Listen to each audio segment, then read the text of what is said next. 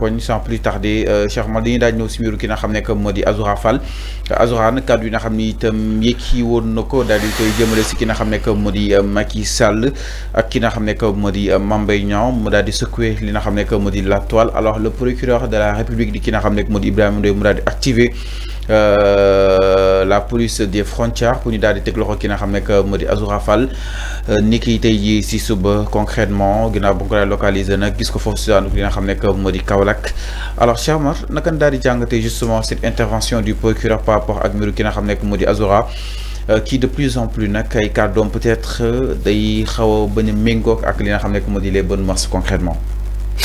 procureur def na lu ko war. man bu procureur deful woon ne dafay woolu Azoura.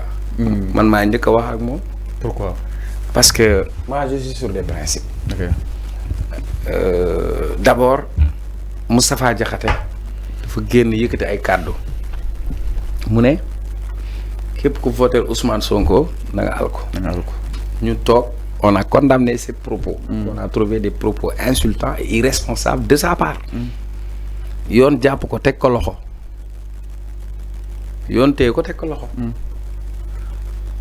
nu mu tudd Ardo ñi nga fait une publication insultant ñu convoqué ko cybercriminalité yoon teg ko loxo kon personne n'est au-dessus de la loi personne n'est au-dessus de la loi. Ça c'est la première chose qu'il fallait régler et man li ma ci apprécier mooy au moins ça montre que nit ñi tey am nañ benn conscience. surtout moi quand je vois des gens de Pastef dire que dañuy condamner ses propos dañu ñaawlu ay kàddoom et que par conséquent dañu bëgg yoon def liggéeyam ça montre que ñii protégé wuñu kenn. Je donne un exemple Macky Sall était là tu connaissais Penda Ba. Penda Ba dafa jóg saaga toute une communauté saaga yooyu mu saaga yu ñaaw sax mais elle était protégée dañoo jël Penda Ba kenn convoqué wu ko kenn tëju ko. ñu jël ko jox ko passeport diplomatique génnee ko Sénégal parce que APR la bokkoon mais ñii au moins Azoura jege na Sonko bokk na ci Pastef bi mu bu defee lu dul yoon ñu jël ko teg ko ci yoon loolu c'est un signal fort c'est un message fort loolu mooy première chose amul xàjj ak seen parce que mënoo làq doom dóor doom mënoo làq doom dóor doom donc pour man il faut que la loi s'applique dans toute sa rigueur. Parce que personne n'est au-dessus de la loi. Parce que quand tu diriges, tu donnes cet exemple. Bu sa doom defee dóoroo ko doomu jaamur def nga dóor ko bu yàggee ñu ne li nga def tegoo ko fenn donc par conséquent procureur loolu mu def il est là l'avocat de la société.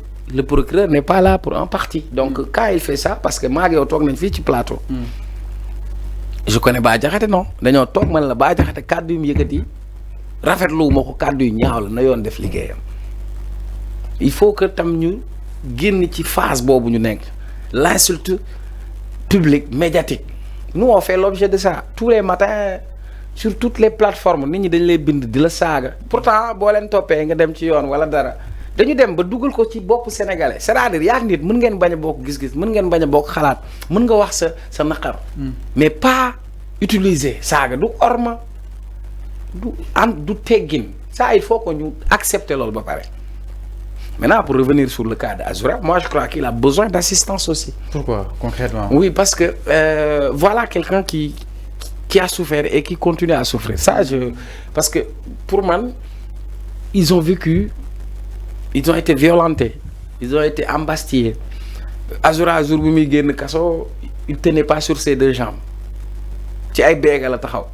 Pape Abdoulaye Touré, malmené nañ ko torturé nañ leen donc pendant 3 ans yi nga xam ni moo nekkoon dañu dem ba am benn rage bu ñu denc parfois nga gis nit génn ci réseaux sociaux yi sax am nu mu waxee fekk dafa am yu mu dund yoo xam ni daf koy extérioriser donc ce qui fait que da nga am benn trop plein de rage ou même de haine vis-à-vis de parce qu'ils ont subi beaucoup de choses par rapport à Macky Sall donc ça peut l'expliquer mais ça ne le justifie pas ça peut expliquer yenn parce que nit am na nu muy comporté woo avant melu ko woon parce que am na lu ko pousse ba mu am ce comportement ça peut expliquer le pourquoi mais ça ne le justifie pas. Parce que moi, je condamne ce qui est condamnable. Et puis pour moi, il ne rend pas service à Pastef. Parce que Mousso Deg, Ousmane Sonko, Saga, man Mousso Moko Deg. Pourtant, il a tout vécu. Comprends nga chaque jour, nous waxal ko lu ñaaw. Le président Diomaye boy xol en matière de yar et de teggin pour moi c'est un exemple. Bim nekké président ça da ngay gis comportement orma bu muy jox ay mag orma bu muy jox ay kilifa. Donc nak parfois nga nekk ci kër gi nak yow yaay maye buntu yaay tax sax ku waru woon yab kilifa gi sax jaar ci yow yab ko parce que man tey su ma jógee ma saaga la rek saaga naa sama waajur parce que su ma la saagaa rek nga fayu récemment je l'avais dit quand Azoura dem ci fenn fu am benn xaw ma dessin baabun la xaw ma daangin mu naan kii papay diw la c'est pas joli c'est pas joli il faut que qu'on l'assiste et qu'on l'encadre mais pour man yonent bi sallallahu alayhi wa sallam dafay appliquer li nga xam ni mooy les lois et les règles. am benn notable boo xam ne dafa sàcc te boobu dañ ne ku sàcc ñu dagg sa loxo. des gens sont venus pour intervenir yonent bi ne leen même bu doon sama doom moo ko def Fatima te moom laa gën a bëgg loo xam dama koy dagg léegi nag ça dépend de l'interprétation parce que am na ñu ne vidéo bi yàgg na wala bees na mais bon de toute façon enquêteurs yi mën nañu déterminer vidéo bi kañ la.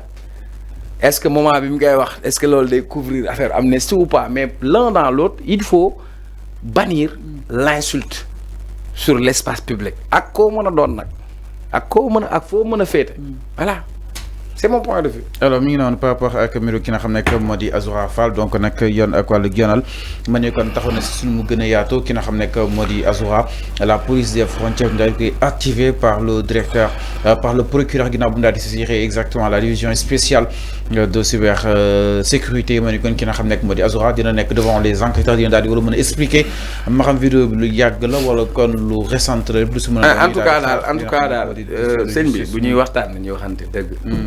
il faut ñu am ñu bannir ci penc mi voilà. alors ñu desandi ba tey si penc boobu sax du côté de la régie ginnaaw loolu alors Cheikh Omar démb tu l'as entendu